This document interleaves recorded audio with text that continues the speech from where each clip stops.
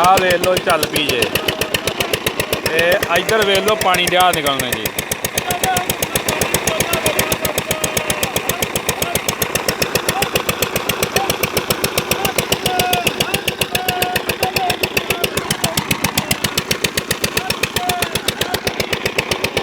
ਆ ਵੇਖੋ